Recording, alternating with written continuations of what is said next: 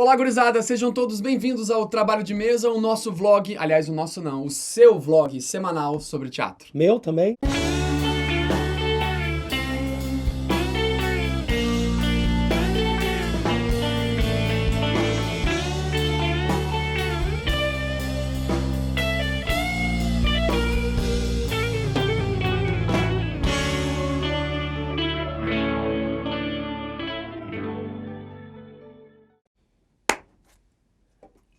O tema dessa semana foi escolhido pelo Heineken e pela Estela. E qual é o tema? O que foi? Que é isso? A caveira? Ué, tu que falou que o nome dela era Estela. Sim, Estela, mas A Estela tá usando aqui uma medalha. Essa medalha é do torneio Centro-Oeste de categorias. Uma medalha de natação. Na verdade, uma medalha de um aluno meu. Fiquei emocionado. Eu falei, garoto, você deixa de ser maluco, tá me dando uma medalha da sua coleção. É uma medalha de verdade. É uma medalha de verdade, é pesada, é de ouro, eu não vou derreter não, viu, Ian? Guarda, ele falou, não, professor, essa prova eu já ganhei 3 vezes. Ele falou, poxa, professor, eu nunca fui tão incentivado. Isso quer dizer o quê, né, gente? Que a gente não tem uma política educacional que preste. Que aquele garoto tinha que estar nadando todo momento da vida. Então, o Ian Cabuloso tá aqui, a Estela, sendo representada. Hoje nós vamos falar do naturalismo e do realismo no teatro. É importante ressaltar que essa é a terceira parte do vídeo sobre esse tema do realismo, Casa de Bonecas e a obra do Ibsen. Se tu não visse as outras duas partes, você pode clicar aqui. No primeiro vídeo foi o Leituras Alheias, um canal aqui de Brasília que fala sobre a temática feminista dentro da literatura. O segundo foi uma resposta a esse primeiro vídeo feito por nós aqui no Trabalho de Mesa. E aqui a terceira parte do contexto. Que é nossa e que vai ser o quê? O melhor. Tira essa parte que eles vão odiar isso. Mas aí vocês dão like e eles vão ver que é o melhor. Eu quero abrir o nosso conceito falando um pouquinho dessa temática, né? O que seria o realismo? A representação da realidade, tal qual. Ou seja, a representação mimética. Teatro realista ou movimento realista tem pinturas, quadros, literatura, teatro. O movimento realista é um movimento início do século XIX. E vai ter um aprofundamento de linguagem com a vertente da representação in natura. Quanto mais fiel a essa reprodução da vida em cena, mais aprofundamento de linguagem a gente vai ter. Aquele lance do trash de vie. Exatamente. A fatia da vida, né? Você Isso. tinha que ter em cena exatamente como a realidade é. E acabar com aquela onda do teatrão, né? Falar de maneiras pronunciadas. Que o horror falava. Gave me casters. Que ninguém fala assim. Porque a ópera foi num nível, assim, de exagero e pompas, não sei o quê. Chegou um momento que a galera talvez quisesse ver, não, vamos ver uma coisa mais de verdade, gente. Mais ou menos 1890, 1920, ou melhor, aquela virada de 1900. Se vocês forem estudar os anos de 1900, vocês piram total. Em 1900, você tem a invenção de tudo que é a vida agora.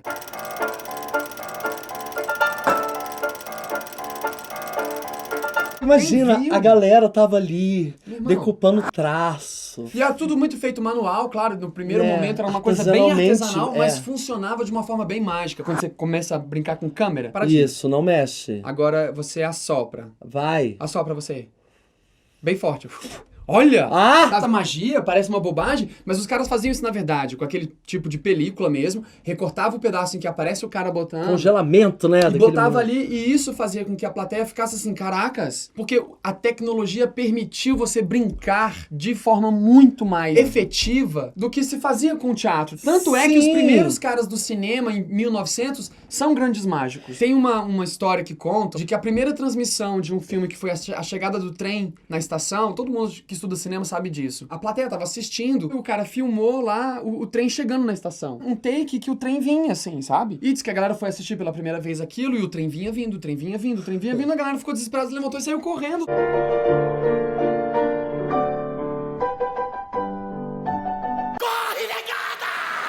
Que na verdade mexia com a realidade. É isso que começa a mudar. A plateia começa a entender que a cena pode ser tão real quanto a própria realidade. E isso, obviamente, só é possível pelo fato da tecnologia ter funcionado. Você tem penicilina, criação de vacinas, estrutura de eletricidade, as estruturas iniciais da descoberta astronômica, a possibilidade de você descobrir planetas finais. Acho que em 1930, Plutão foi descoberto como planeta, catalogado como planeta final. E principalmente, em 1900, a ciência toma conta da verdade. Dava pra você resolver os problemas sem botar a culpa no Deus. Você gostou dessa parte? Eu gostei dessa parte. Ele gostou particular. Eu acho que a gente vive num mundo assombrado pelos demônios. Eu acho que as pessoas estão muito apegadas a conceitos muito fantasmagóricos. Graças a Deus, Gustavo. A Gustavo, ciência... deixa as pessoas. Não, tudo bem. Só que eu fico com um pouco de receio que essas características do meu signo, da minha religião, do meu Deus, não sei o quê, às vezes pode representar a possibilidade de você não querer mudar. Tem nada a ver isso, tem nada a ver isso, Gustavo, porque a gente tá aqui gravando o nosso aniversário.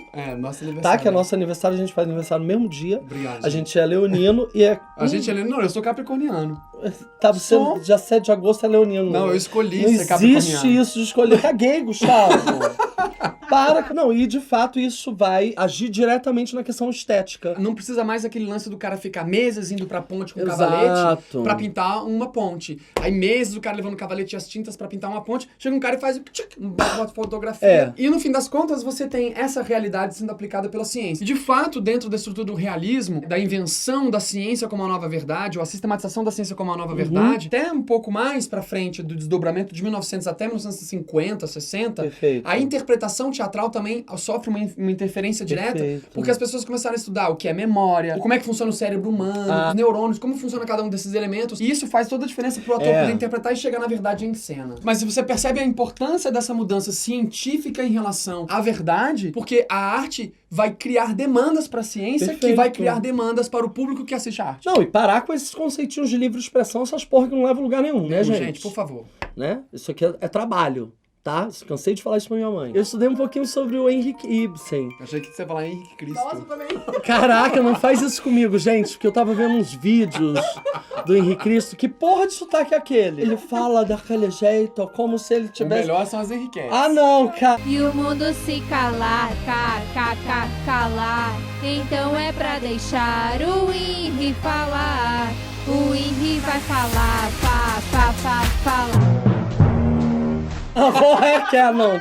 Desculpa, galera. Eu tenho um pouco de trauma já com essa galera do Persegue-me. Esse povo da igreja. Aí me veio o Henrique Cristo. Henrik Ibsen, o autor que ficou muito conhecido, de fato, por Casa de Bonecas. Ele é autor de vários textos. Um que ele não era só dramaturgo. Ele também era poeta e diretor teatral. Que é uma oportunidade você ter um dramaturgo que dirige também os seus trabalhos. Sim. Ele foi conhecido também como o pai do drama em prosa. E ele era um cabeçudo, cara. Tem alguns autores que passou a considerá-lo, assim, depois de Shakespeare, o grande dramaturgo europeu. E ele, de fato, influenciou vários outros grandes dramaturgos, inclusive o meu dramaturgo predileto, que foi Oscar Wilde, que eu acho que é muito relevante da gente falar, e que ele não ficou engessado também num único gênero. Não era autor de realismo. Apesar de que esse foi, talvez, o gênero onde ele mais... E Casa de Bonecas ser um dos textos mais famosos. Exato, de maior relevância Isso. até, se você for falar da obra dele. E aí eu fui ver os vídeos das meninas aqui, no vlog, e eu achei bacana o tanto que elas ficavam indignadas com o tratamento que o Torvald, que é o esposo... A cotovia. Trata ela, pomba rola. Pomba rolinha, minha né? rolinha. Elas quase falando, minha rolinha, você bota um pi, tá? Porque eu tenho esse combinado com meus alunos, que sempre que eu falo palavrão, eles ouvem um. Ainda mais quando tudo vem à tona, todo o esforço que ela faz pra salvar esse cara. E eu fiquei, assim, chocado, tanto de coisa que vai acontecendo. Num único ato. Você chega no terceiro ato e você fala, caraca, dá pra fazer uma novela. Daquele contexto que eu me referi, as descobertas científicas fazendo uma diferença muito grande nos produtos artísticos, nesse tipo de espetáculo você enxerga isso na questão dos conflitos psicológicos do personagem. Os personagens fazem uma curva, né, que você não imagina a Nora que inicia aquele espetáculo. Daquele jeito, todo com uma cotovia, quase sem profundidade. Ela chega num idiota. salto ao final, que parece que Torvald tá querendo salvá-la depois que chega a promissória. Ah, então não deu ruim, e eu vou poder então, minha flor, te recompensá-la, e ninguém ficará sabendo. Ela falou, ninguém ficará sabendo, vírgula, você estava mais que certo, eu não tô nada preparada pra criar os nossos filhos. Cuida aí desses moleques, Fica aí, filhão. né? Eu não tenho realmente maturidade não, quem sabe a vida. Que é uma característica muito específica desse período, né? De você poder aprofundar não só na psicologia do personagem, Exato. mas também no desenvolvimento de temas muito pequenos que podem gerar uma informação Que é muito você grande. relegar o verdadeiro verdadeiro espaço da poesia e do lirismo numa realidade. Sim. Isso seria a questão estética. Que é muito mais do que uma discussão feminista. Pô, vai muito além. E esse é um ponto muito interessante que você pode perceber que essas questões que ele coloca dentro do texto, principalmente essa curva dramática que a Nora passa, me parece que é muito mais uma questão humana. Quebrando as amarras, que por acaso é uma mulher, mas é uma pessoa quebrando as coisas sociais e indo atrás da verdade, buscando a verdade. De novo, rememorando o mito de caverna. Eu não via essa possibilidade, eu não vislumbrava. E agora, diante disso, eu vou em busca daquilo que eu passo a E vislumbrar. é engraçado o ciclo que o realismo tem em relação ao Renascimento, que tem em relação à Grécia Antiga. Exato. Né? E você colocar o mito da caverna como uma referência. É muito interessante como esse aspecto de querer lutar por liberdade contra a religião, contra as amarras sociais, contra a opressão, sei lá o quê, ela é cíclica, né? Rolava na Grécia, rolava no Renascimento e agora tá rolando no realismo novamente. Em busca do quê? De uma visão antropocêntrica novamente, isso, né? Isso. O ser humano construiu as pirâmides. Vamos parar de atrelar isso. Nós né, podemos. Because I want to tell them, yes, we can. We can. É um cara do modernismo como um todo. Exatamente. Tá dentro do escopo do moderno. Inclusive, né? ele é um dos caras desse marco. E a escola dele, de fato, é o teatro realista. E ele pode ser considerado, na verdade, além de um ator realista, ele é um autor de vanguarda. Os textos dele geravam um leve escândalo. Ele flertava com outros gêneros, mas Exato. pagava a conta com realismo. O teatro realista, da forma como ele era mais tradicional, ele era mais visitado, mais patrocinado, mais pago. Só por uma questão de mercado, ele funcionava um pouco mais. E pra também você pegar um texto desse tão primoroso, a gente não teria como não falar do nosso incrível, talentosíssimo, um imortal do teatro, né? Konstantin Stanislavski. É importante colocar que ele tem um aspecto muito grande da psicanálise, da psique humana, o desenvolvimento da teoria do Freud. Essa linha de se pesquisar o cérebro e como funciona. Exato, e que vai coadunar justamente com todos esses conceitos que estavam em voga na estética realista e naturalismo. Por exemplo, a fé cênica. Que tem tudo a ver com aquele conceito que a gente estava falando, né? Da mímese teatral, da representação fiel da realidade, simulando a natureza, né? Essa fatia da vida tal qual. Ou seja, eu finjo ser você. Finge que acredita. Quanto melhor eu finge ser. Mais eu acredito. Isso se refere, às vezes, a pequenas coisas. A pegar uma caneca, Exatamente. a fumar um cigarro, abrir uma porta ou esperar um telefonema. Em parte, essa interpretação realista também se deu pelo fato do público ficar um pouco mais exigente em relação à realidade e principalmente porque também não dava pra você montar uma peça de teatro e que o ator ia fazer uma fé cênica de interpretação absoluta montado num dragão. Sabe? Porque eu não sei se é spoiler, mas dragão não existe, gente. É mito.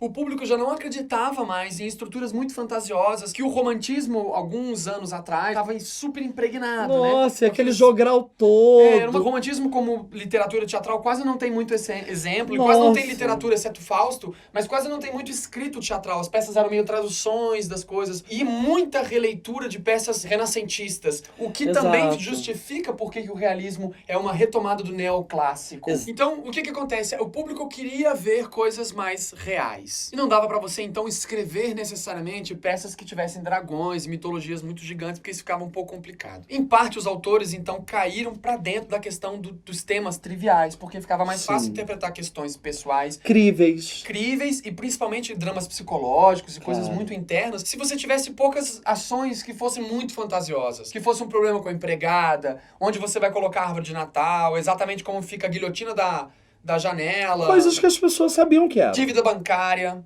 né? Tipo, coisas da realidade. Mas, em parte, e eu sei que essa é uma análise que a gente pode fazer meio forçada de barra, mas ela pode ser uma análise meio macro. Alguns professores de história vão me matar agora, mas eu acho que faz todo sentido nessa virada dos 1920, 30, 40, até 50, mais ou menos, que esse negócio perdura. Sim. Você tem uma guerra e muitos conflitos fisicamente acontecendo nas cidades. Bombardeamentos, você tem cidades sitiadas, você tem invasão de tropa e destruição. Você tem uma estrutura econômica e política meio conturbada nesse período. Financeiramente, tá tudo muito mal. Muito mal. E os investimentos são bélicos. Então você tem uma estrutura da cidade também eventualmente destruída. Talvez fosse muito forte ser o tema bastante trivial, no sentido de abrir e cair a água da torneira, a janela ser uma janela de verdade, a fumaça do cigarro realmente ser...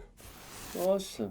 Não, isso também, imagina. Devia ser muito emocionante. Ganha outro aspecto. Você sentar lá numa peça de teatro como público e ver uma pessoa reclamando da empregada, reclamando de colocar o gato pra fora, ou botar o tapete, porque talvez Cara, aquilo fosse muito emocionante, E porque te lembra de uma realidade. que você não ia ter mais. E talvez a sua cidade fosse invadida. Ou demorasse muito tempo pra que aquilo voltasse a ser uma realidade. Porra, E ao que mesmo tempo, essa questão do simulacro traz um outro conceito à tona, que é a quarta parede. Sim. Que simula uma parede invisível, vai dividir ali a realidade que está sendo simulada e vivida em cena da plateia, aonde nenhuma interferência externa vai intervir naquela realidade. E isso que ele tá falando da questão da quarta parede, a gente já falou um pouco num vídeo nosso. Ah, é. Nesse vídeo aqui, ó. E aí, se você quiser entender um pouco mais sobre esse conceito de quarta parede, você pode clicar aqui. Hoje, muitos espetáculos de teatro levam em consideração essas questões e às vezes obrigam o ator a ficar nu de verdade porque o personagem tá nu, ou vestir uma roupa laranja porque ali tá vendo, ou fumar porque tem que fumar. É. E às vezes o código da interpretação atualmente, hoje em 2015, já poderia ser ressignificado. Pô, estamos falando do pós-modernismo, porque galera. a verdade já não é Pós-contemporâneo. mais. Pô, Naquele momento, o ponto A necessidade- da verdade era absolutamente Exatamente. como a gente sente no cinema. Talvez o realismo tenha contribuído muito mais Com certeza. para o cinema atual do que para o teatro atual. Com certeza. Porque o cinema ainda dá prêmios para melhor ator, Claro. aquele ator que interpreta de forma realista. Tem a ver com linguagem. Sim, porque ficou tão mesmo. real, talvez, Ficou o teatro, tão real que só o cinema dava conta. E que, me desculpa aí, né? Vai querer fazer no teatro, competir com animação, Não dá, cara. vai ser ruim. O teatro vai ser ruim. Me desculpa. É. Entendeu? Você tem que fazer do teatro uso da linguagem. Sem contar que é a melhor assessoria de divulgação, né? Porra! A melhor assessoria de Aí divulgação. tu me quebra as pernas. Bom, galera, esse era o nosso vídeo. Eu acho que vocês têm que assistir os outros dois pra poder ter uma análise bacana. Ai, Cara, isso que você falou me lembrou uma parada O quê? que eu vi no Kung Fu Panda. Não, é sério. Que o presente... Como é que é? Que hoje, o hoje é um presente. Que é por isso que se chama presente. Vai ter um vídeo também, quem quiser entender melhor esses conceitos lá do Satanislavski. Vai ter um vídeo com o Hugo Veiga. Hugo Veiga é um professor de excelentíssima qualidade aqui de Brasília que está sendo convidado oficialmente agora para participar de um vídeo sobre Não Stanislavski. queria, Hugo? Ele lê russo, esse cara. Ele é o quê? Esse foi o nosso vídeo, eu espero que de alguma forma isso tenha contribuído para o estudo de vocês. Nosso intuito, de fato, é fazer uma divulgação. A gente está aqui cumprindo nosso papel de divulgação científica Exato. também. A escola não tá pagando, a gente tá aqui porque a gente quer. A gente quer mesmo. E ela tá se beneficiando, a gente podia cobrar, né? Não é? Vai Aí, que- ó, se curtiram esse vídeo, se acharam ele interessante, compartilhe e passe ele para outras pessoas. Se inscrevam no canal, Por favor, galera. se inscreva no canal, galera. Curte aqui embaixo, dá um like, porque isso ajuda muito o nosso trabalho. A gente faz isso aqui como um trabalho e a gente precisa que você também... Não te custa nada clicar rapidinho, né? Já clicou? Viu, mãe? Se minha mãe vê que vocês deram um like... Não se esqueça também de nos acompanhar nas nossas redes sociais, no Instagram e no Facebook. No Instagram a gente posta coisas de bastidor e tal. No Facebook a gente divulga os nossos cursos de teatro e tudo mais que a Ética tem pra oferecer. Tá. Muito obrigado a todos. Obrigado. E até mais.